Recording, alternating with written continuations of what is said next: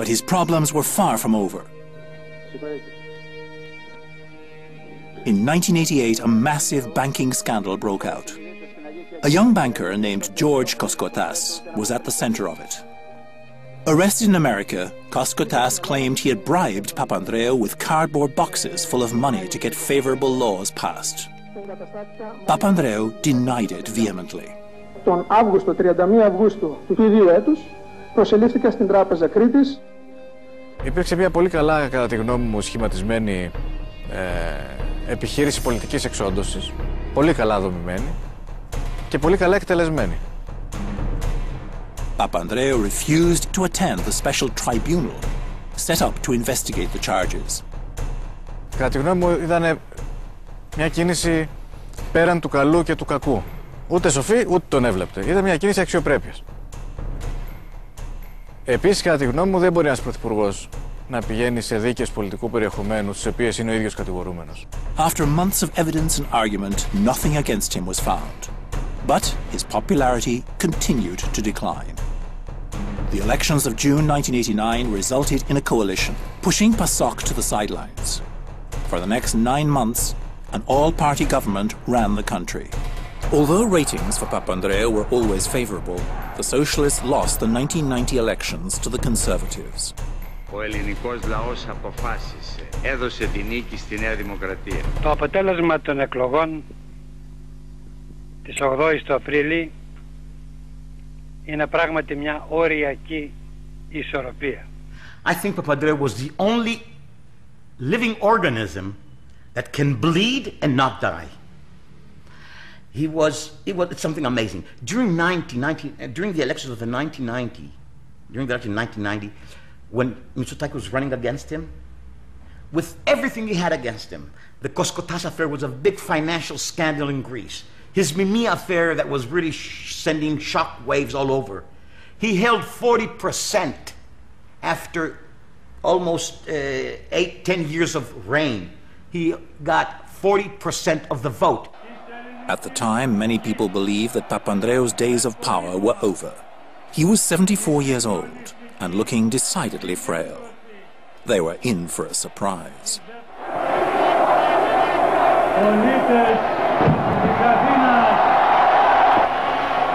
Απόψε η πρωτεύουσα έδωσε την οριστική απάντηση. Η απόψινή συγκέντρωση είναι μεγαλειώδης. Δεν έχει ξαναγίνει στην ιστορία της πρωτεύουσας. In the elections of 1993, he made his most astounding comeback, winning a massive 47% of the vote against all expectations.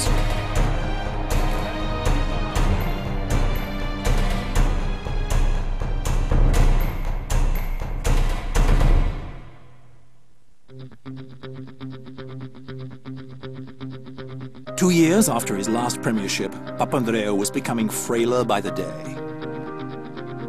He appeared to be living only for Dimitra. PASOK, the socialist party he had single-handedly built and run for 20 years, sensed his weakness and began to rebel.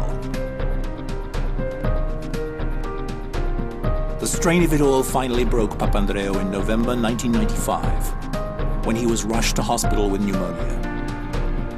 Even here, he monopolized the national attention.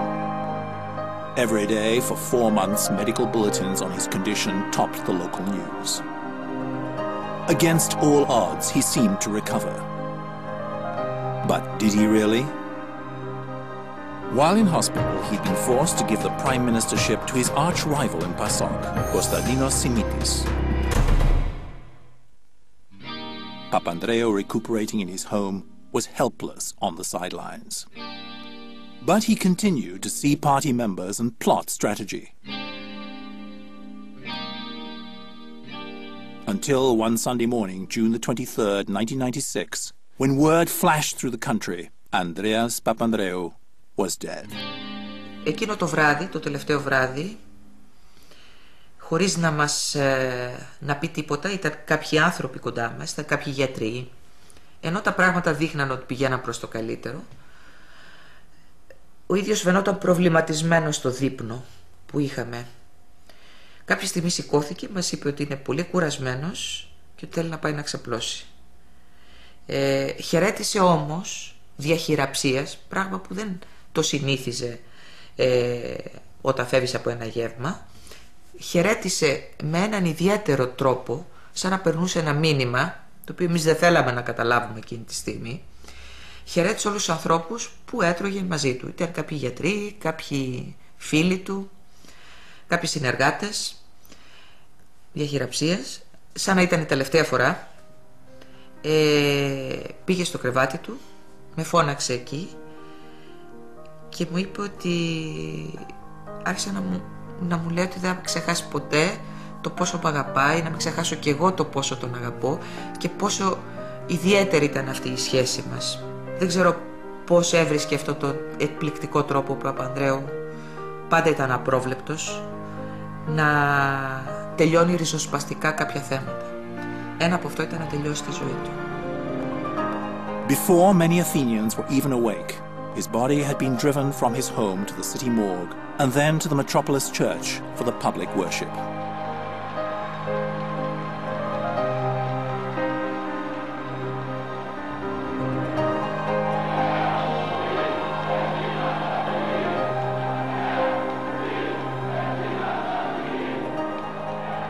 Early in the morning, suddenly arrived a group of Greeks that I never thought would have supported my father, skinheads, with punk haircuts, and they'd been coming from their nightclubs, and they were coming for they were 18, 19, 20, 21, leather jackets, leather pants, a group that I usually considered apolitical.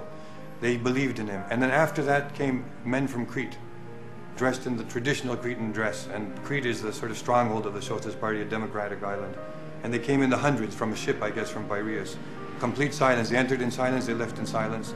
And I had the sense that he managed to unite all of Greece as the leader of Greece.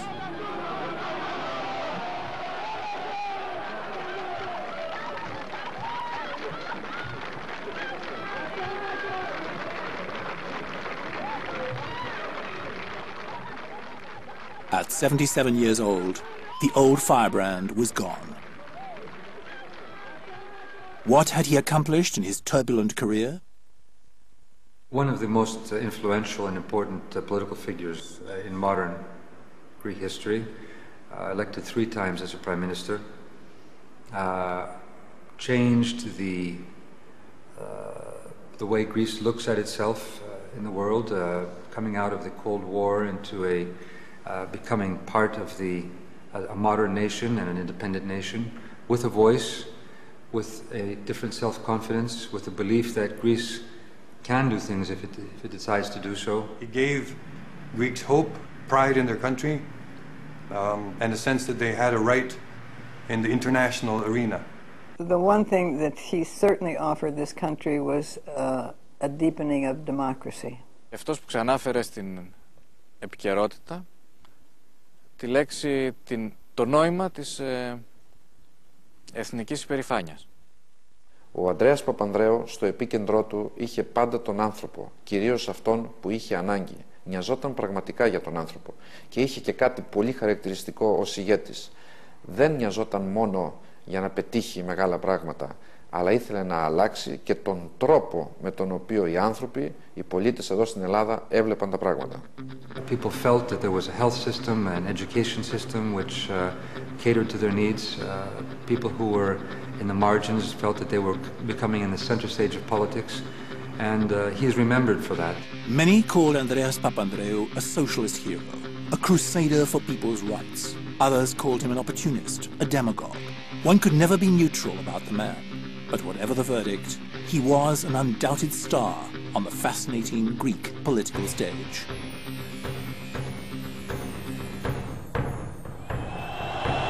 Ο λαός ενίκησε, η δημοκρατία ενίκησε, η αλλαγή ενίκησε, έτσι ώστε επιτέλους κάποτε των Αθηνών να μπορούμε να λέμε ότι η Ελλάδα ανήκει στο λαό της, ότι η Ελλάδα ανήκει στους Έλληνες.